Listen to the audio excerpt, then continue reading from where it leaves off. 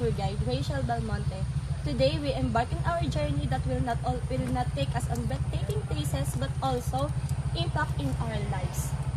Let's explore travel influence through two key motivators. Number one is physical motivators and number two is interpersonal motivators. Let's go! Let's do some stretching. Okay. Traveling keeps us active with hiking, swimming, and exploring new terrains. Exactly. Travel pushes us out of our comfort zone, giving us adrenaline from trying new activities. And don't forget interpersonal motivators. Traveling connects us, allowing us to meet new people and form long-lasting friendships. I once met a traveler in cafe in Italy.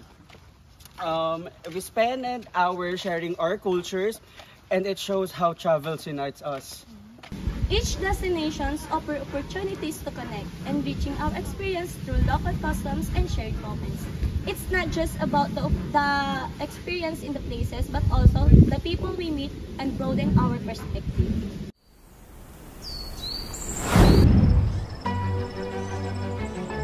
Ano? Ang nakikita niyo puno.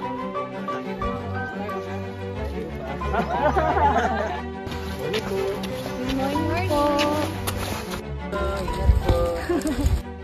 Morning.